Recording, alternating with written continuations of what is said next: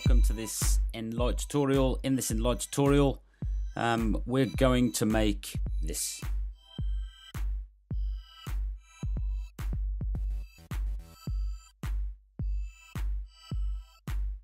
So yeah, that right there is a like an intermediate sort of tutorial, sort of talking in terms of level, and I'm going to include two files in the description.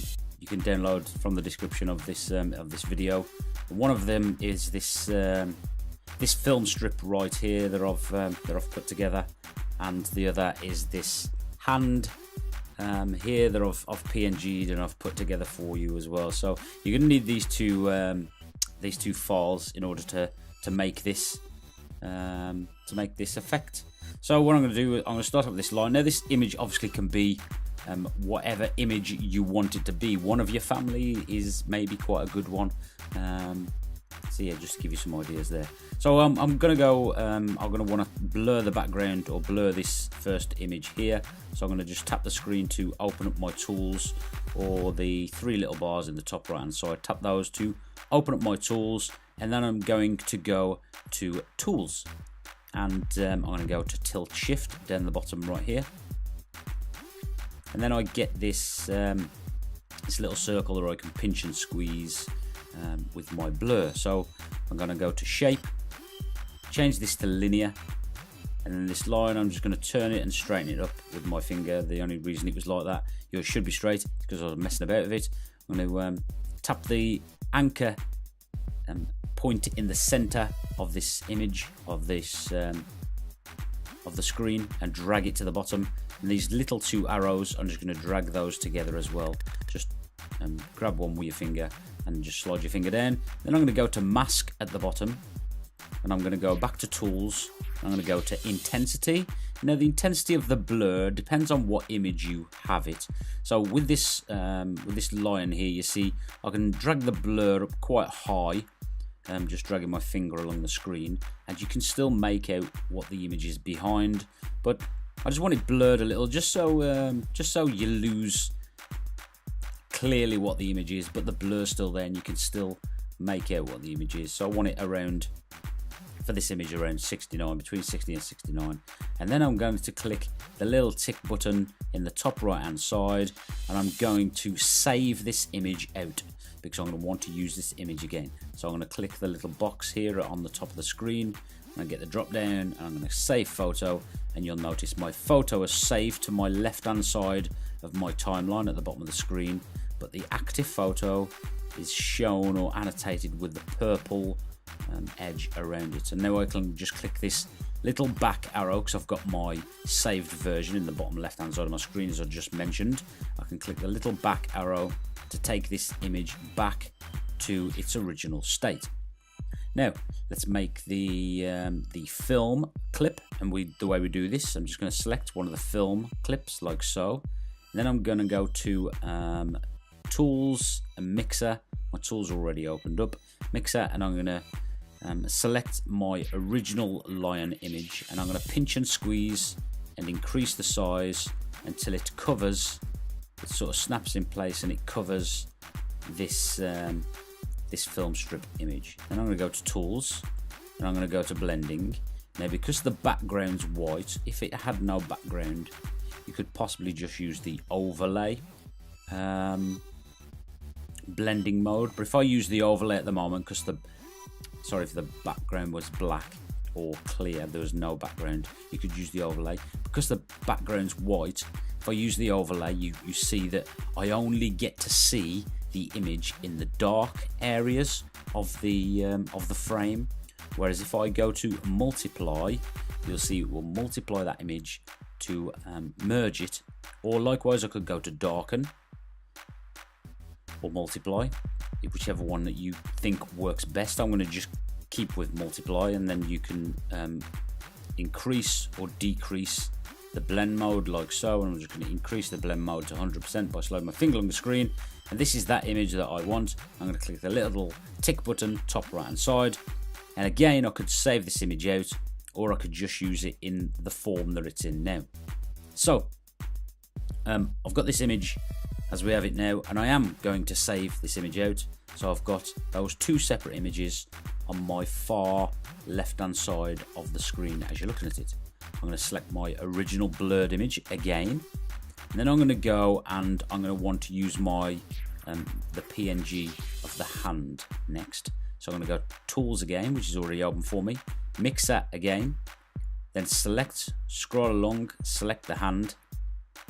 Then I'm going to just rotate the hand around and pinch and squeeze to increase the size of the hand and drag it to the side of the image like so.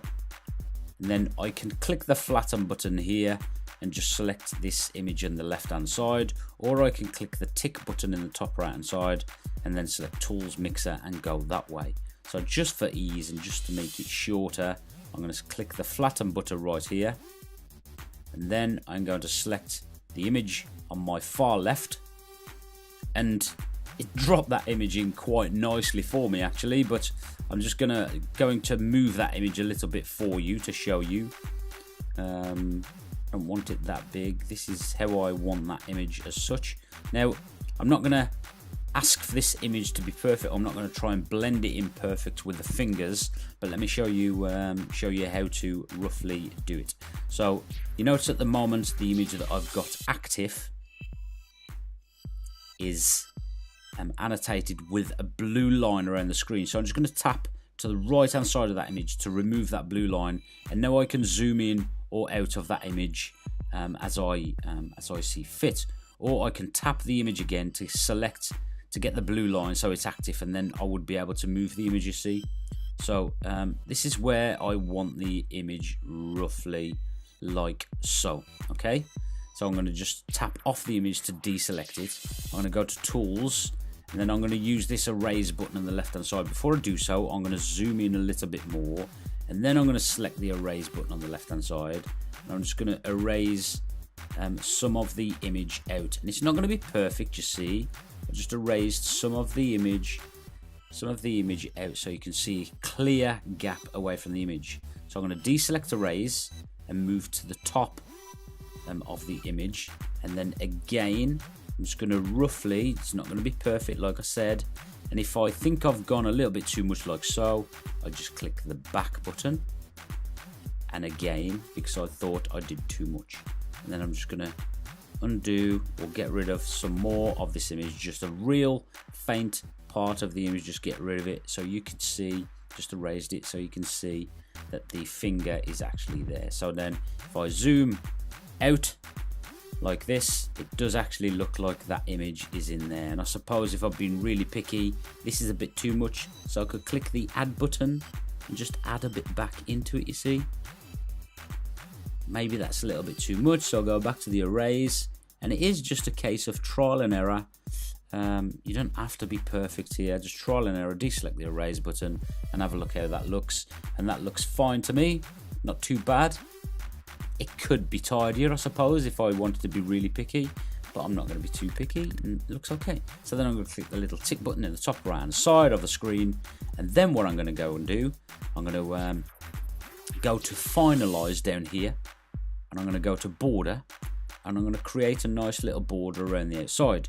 So I'm going to select the third border in, and I'm going to go to Tools, I'm going to go to Color, I'm going to make the border black, and then I'm going to go to Width. I'm at Width, and I'm going to slide to the left hand side of my screen just to make the border thinner. Then once I'm happy, I'm going to click the tick button to say yes, that's okay, and then I'm going to go to Image, I'm going to go to Clarity, I'm going to scroll all the way across. I'm not going to go to Clarity, apologies, my mistake. I'm going to go to Adjust, I'm going to slide all the way across, and then one from the end, I'm going to get this ink print. Now if I drag the ink print all the way down and then start sliding my finger over to the right hand side, what we want is when the image, see this is too much, but this is good. So when the image just changes from this warm type feel to a sharper ink, or false, shall we say, false sort of look like so. Once I'm happy with this, I'm going to click the little tick button, and then I'm going to go to filters, analog, scroll along, and you can choose any filter that you want, but I would suggest if you choose some of the false or the brighter predefined, like this Mimis or the Fiji here, gives it too much of that ink print feel. However, if you go for something along the haptic sort of line, it gives it quite a nice feel. And the Zuri, no, probably a bit too much with the Zuri, but the Brig should be nice, quite nice, give us quite a nice feel. But I think I'm going to stick with the haptic personally. But again, it's totally down to you and how you think. So that's the finalized image as promised. I'm going to click the little tick button. I'm going to save that image out, and that's how our finalized image looks. Like I said, you could add any image, use any image, but don't forget to download the little hand, or indeed create your own just by mixing and erasing the background and the little film strip as well. Please leave your comments below, share it, whatever you want to do. Thanks a lot for watching. I'll catch you soon.